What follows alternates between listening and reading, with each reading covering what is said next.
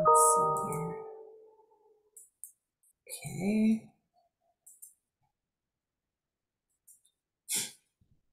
I just need to make sure I have it open, what I need. And Of course. let me just see if you can, is this okay? It's not like off screen or anything I've had some issues with. No, it looks Okay, perfect. perfect. Okay. So welcome. I'm Dr. Denise Kennedy. I am the chair of the Childhood Studies program at Cal Poly Pomona. And I'm going to just talk to you a little bit about our program, the different options that we have, and then really just to answer any questions that you might have as you think about transferring to a four-year university. And hopefully I can answer any questions that you might have. So this is our current faculty. Myself, we have Dr. Giselle Navarro Cruz. She's an associate professor. She's in charge of our integrated teacher education programs, the ITEPs for special education. So I'll talk more about those. Dr. Eden Haywood Bird is also an associate professor, and she's currently on sabbatical. So she's actually doing some things to give her more special education for our program. Dr. Soon-Young Jang is an assistant professor and soon to be associate professor. She's going up for her tenure promotion this year, so that's very exciting. And then we have three new faculty that we hired last year: Dr. Michelle Dejanette, Dr. Marisol Diaz, and Dr. Kang Li Hong. And so this is our current faculty. We're looking to actually hire another new faculty starting next year. So we're doing our search now. So our program is definitely growing, getting bigger. So I wanted to just, sorry, there's a lot on this slide, but it's really important to give you an understanding of our program. And we are advocates for equity and intersectional understanding, especially as it relates to systems of oppression that are currently in play in early childhood and care. And our program also recognizes the historical, the systemic, and the present conditions that marginalize children, families, and communities through intersecting oppressive formations across race, language, culture, class, religion, and disability. And with that, our faculty are really committed to transforming the consequences of the legal and the social formation of racism that's in our society right now. And we do promote anti-racist and decolonial pedagogy. We have hired faculty in our program that are really experts in these fields. We also are very mindful of linguistic and cultural responsive approaches, especially as we are preparing teachers, because California, especially Southern California, is so diverse. And I'll talk more about some of the options that we have, but we do really try to promote these areas that I'm talking about. And we are advancing our social justice areas and equity in early childhood. So in our program, we embed multilingualism and anti-racism in our core courses and throughout our program. And then the university itself is committed to diversity and preparing future teachers and as being integrative thinkers and model leaders. And we do really focus on that. And if you didn't know, we are a polytechnic, and polytechnic means learn by doing. And so we do offer a lot of hands-on learning approaches. And these experiences you will get through courses that are service learning courses. We have internships, we have practicums, we have fieldwork, and you will have the opportunity to interact with children and families. We have a child development center on campus at Cal Poly. The ECS, or Early Childhood Studies program, also created a family space in the university library. And we also have created a policy to support parenting students, so students that are parents, so that you have spaces to bring your children to campus if you need to. So whether it's in a classroom or at the library Bronco space where, there's a whole area for children. So it's pretty fantastic that we were able to do that. So just to give you some insight into our program, our core courses are 38 units. And you'll notice that many of these courses you're probably already taking at Rio Hondo if you're in child development. If you're not in child development, I'll show you what that teacher option looks like as well. And so these are courses that you could take at Rio Hondo, child growth and development. Obviously, the numbers will be different, but you have these courses. They're called CAP courses, which are part of the curriculum alignment project. So there's 8 courses that are transferable from any community college to a CSU to a UC. So these courses are child growth and development, child family community, child observation and assessment. You have a lower division practicum at Rio Hondo, principles and practices, and then the curriculum course. There's 2 other courses that are teaching in a diverse society and then health, safety, and nutrition. And those are also transferable if you've taken those courses. The other courses in our program, so if you notice that the numbers that start with 1,000, those are our introductory courses or freshman level. So that would be your first year at Rio Hondo, for example. The 2,000 level courses are our sophomore courses. So that would be your second year at Rio Hondo courses. And then when we get into 3,000 and 4,000 levels, those are at the university or the baccalaureate degree program, the junior and the senior level courses. So these are upper division breadth and depth courses. So everyone in our program, regardless of the option you choose, you will take Introduction to Working with Children with Disabilities and Their Families, Prenatal to Age 3 Development, Leadership and Social Justice for Children and Families, Language and Literacy in Multilingual Families and Communities. You will take Dynamics of Childhood Play, Inquiry and Methodology in Childhood Research, and then Equity, Policy, and Advocacy for Children and Families. So you see that we're very focused on social justice and anti-racism in our program. So we have 6 options. So if you decided to come to Cal Poly and you decided you want to be a teacher and you want to teach from 0 to 8, so our program goes up through 3rd grade. And right now in California, the Office of Administrative Law in Sacramento is looking to approve a proposal for a PK through 3rd grade teaching credential. So it's coming. And many of us, myself included, have been working on this for several years now. And so I'm very well versed in the credential itself. And we're just waiting to see what it will actually look like after the Office of Administrative Law releases it.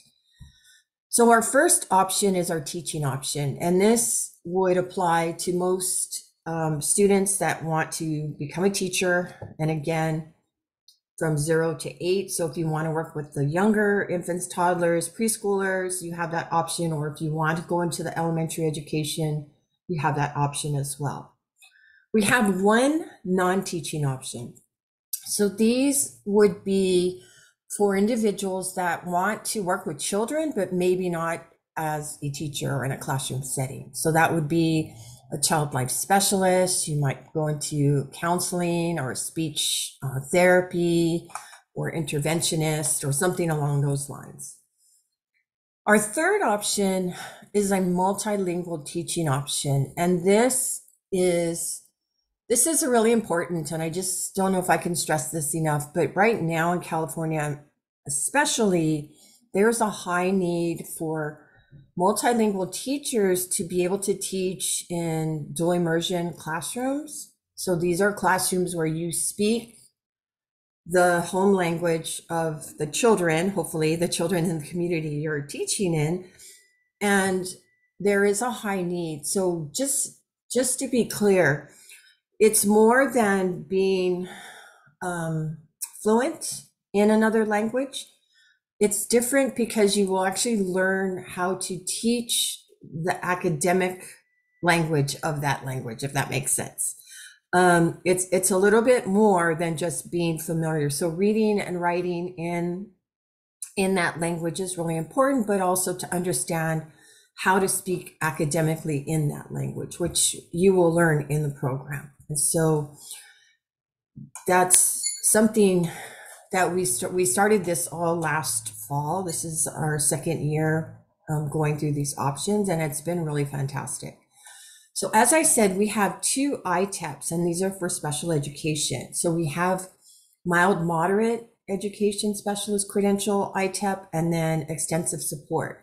What this means in ITEP is you get your bachelor's degree and your special ed credential in the 2 years that you are in the program. So if you come to us with your associate's degree, it will be 2 years in the program, and you get both your baccalaureate degree and your teaching credential in special education. As you can imagine, it's very intense, and it also requires you to go to summer school. And it's a lot of units. So we have a group. Dr. Navarro Cruz is one of the faculty members that will work with our ITEP students as they come in, and you have a very specific roadmap to follow. And we just want to make sure that you are in line to graduate with both your baccalaureate degree and your credential. And then finally, we have our option 6, which is primary and middle childhood teaching. So this is a PK through 3rd grade teacher. This is if you are coming from Rio Hondo with an associate's degree in elementary education, then you come right into our program and you take the upper division and some of the lower divisions that you might not have had if you're not in child development at Rio Hondo. So we have prepared a program so that if you have an associate's degree in elementary ed, you can come in and get the child development or the early childhood studies courses that you need. And then you can go into the teaching credential with that. Okay. And please, if you have questions along the way at any point in time, please feel free to raise your hand or jump right in. So just to give you a little bit more detail, this is, so our core courses were 39 units, and then the major courses for this option, you'll see that you'll have primary and middle childhood development, reconceptualizing early childhood education, and alternative narratives. So this is where that decolonial aspect of, and what that means is basically all the education we have in the United States is from a perspective of a white Caucasian person, because that's who created the curriculum and everything. So when we look at colonialism, what we're trying to do is actually break that down to, our society as we see it, not as it was written, if that makes sense. And so we'll give you alternative narratives on different cultures and different ways of learning and teaching. You'll have another special education course, and this is inclusion strategies for children. You'll have a relationship-based curriculum to infants and toddlers, emergent literacy in first and second language acquisition. You'll have an upper division child development assessment course. So you'll learn about assessments through elementary school and, Common Core assessments that are used that are high stakes. You'll have a STEAM class, which is science, technology, engineering, arts, and math.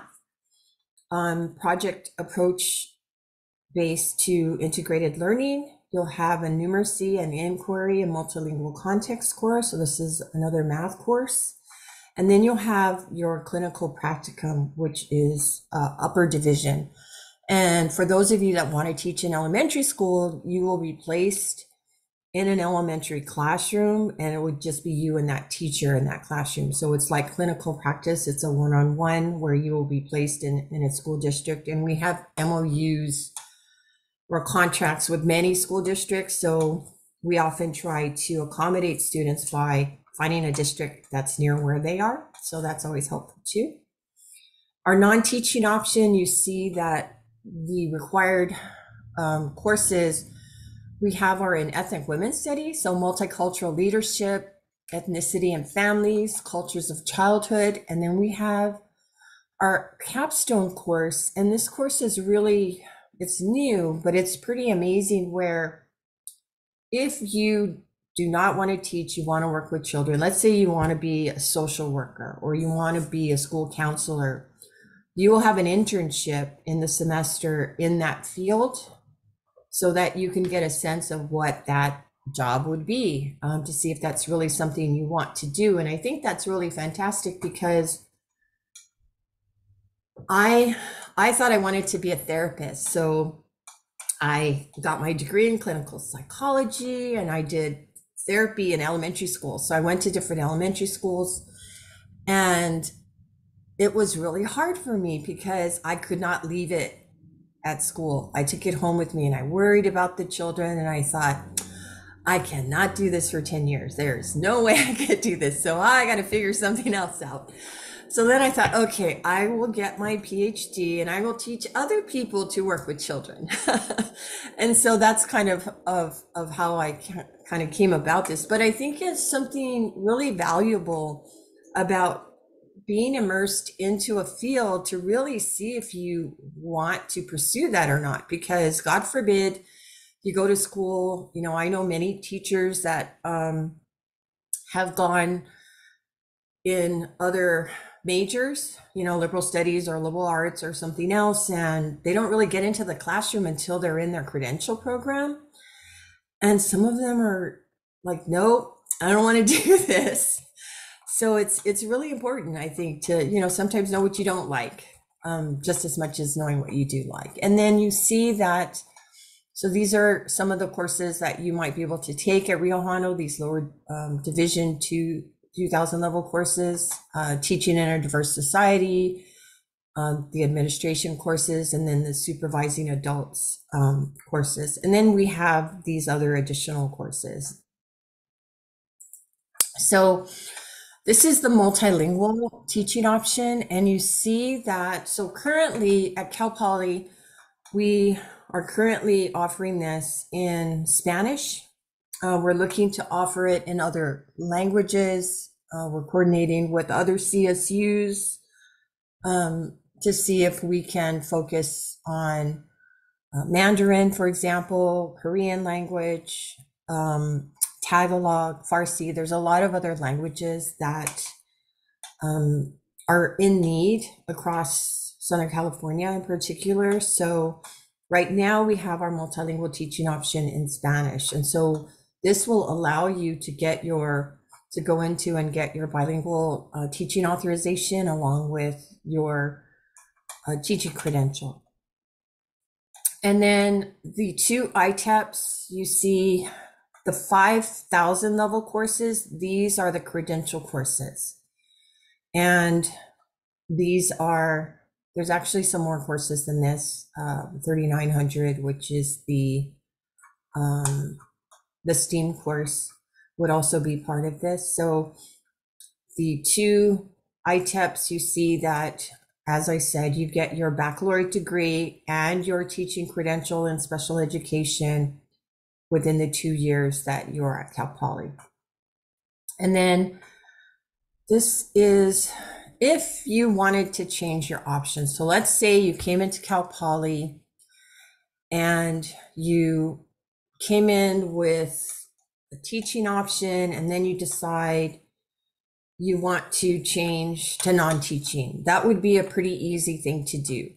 If you came in as non-teaching or teaching and you decide you wanted to go into ITEP as a transfer student, it would probably be impossible. So if you want to go into special education, and you're thinking about ITEP and you come in with that, it's easier to go from ITEP to teaching than to go from teaching to ITEP, because if you're coming in as a junior, your roadmap is packed, and it's not changeable, if that makes any sense. You don't really have room for electives and other things like that.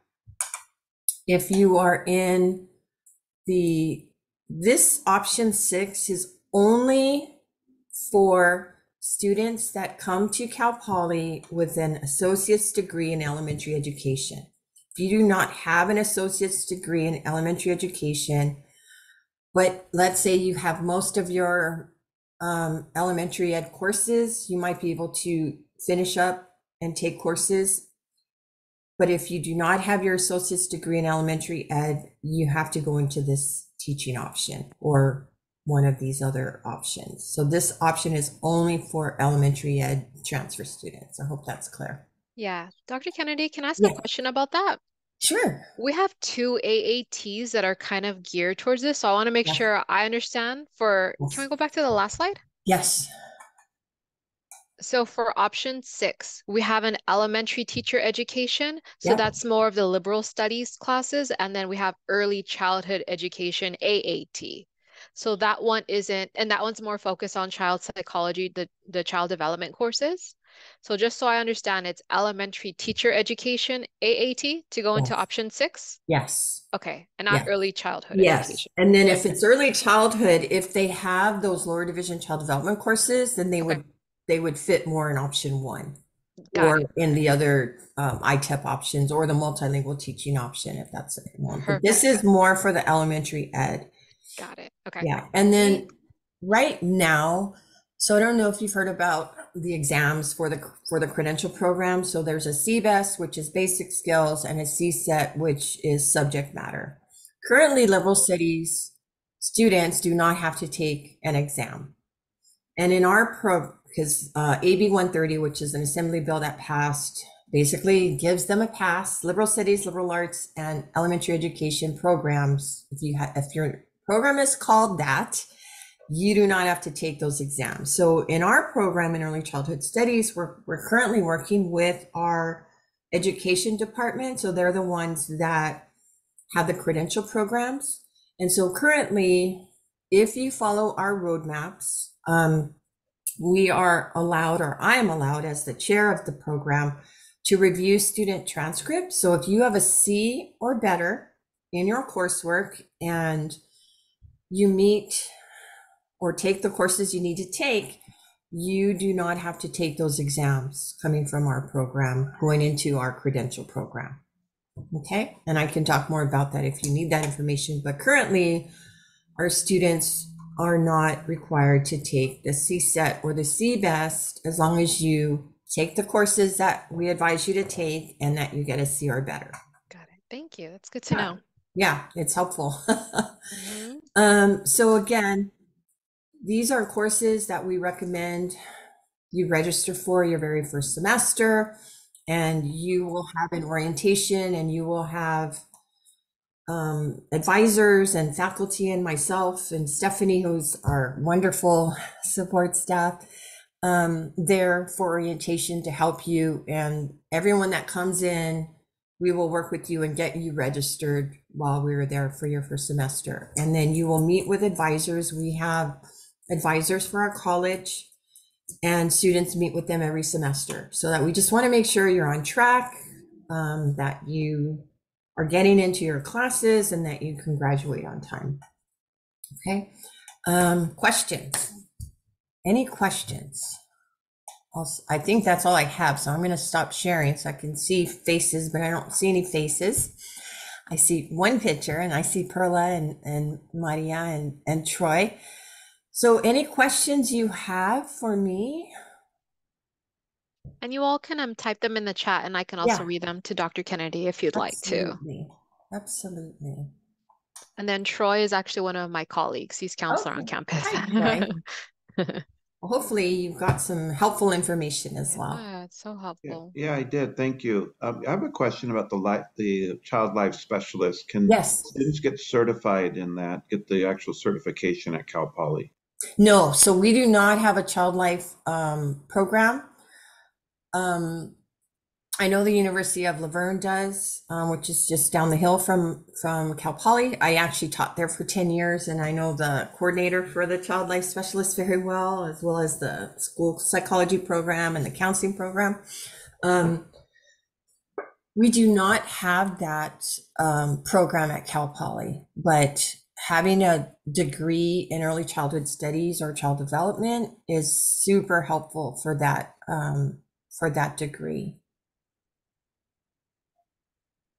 Thank you. Mhm. I have a question too. This is a very common counselor question. Do you Yes, have a program for your master's where it's master's and credential combined? yes, Okay. yes. And so one of the things that's really important to know too, and this is something that's kind of new that came last year, the federal government decided. So, for example, in our ITEPs, we're revising our ITEP programs right now Mhm. because what the federal government has said is that for Pell Grants, so this is for financial aid, in the past, we've had ITEP students where the Pell Grants were covered for both because you're doing your baccalaureate and your credential together. And now the federal government is saying, no, you have to decide. Do you want your Pell Grant to go towards your undergraduate degree or towards your credential? So the same thing when you go into your master's credential program, if you do it combined, the Pell Grant will automatically default to the master's program and be covered. The problem happens if you decide, okay, I want to start my credential, and then you have a semester, and then you think, oh, you know what? I'm going to get my master's too, because when I graduate, I'll be higher on the pay scale for the school districts, right? Because you get more pay if you have a master's and a credential.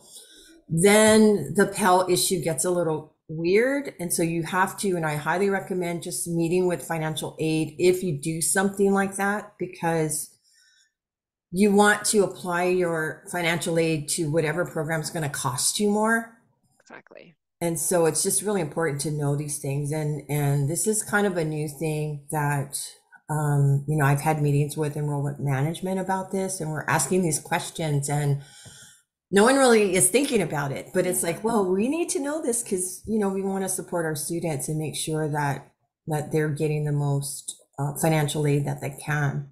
Of course. Of course. Thank Yeah. you. That's good to Mhm. know. Yep. Any other questions? Maria or Perla, any questions? Or Maria and Perla, do you want to be teachers? I have my certificates already, a teacher in special needs. Okay, So I nice. need the other one. That's good. It's really good. Yeah. How about you, Perla?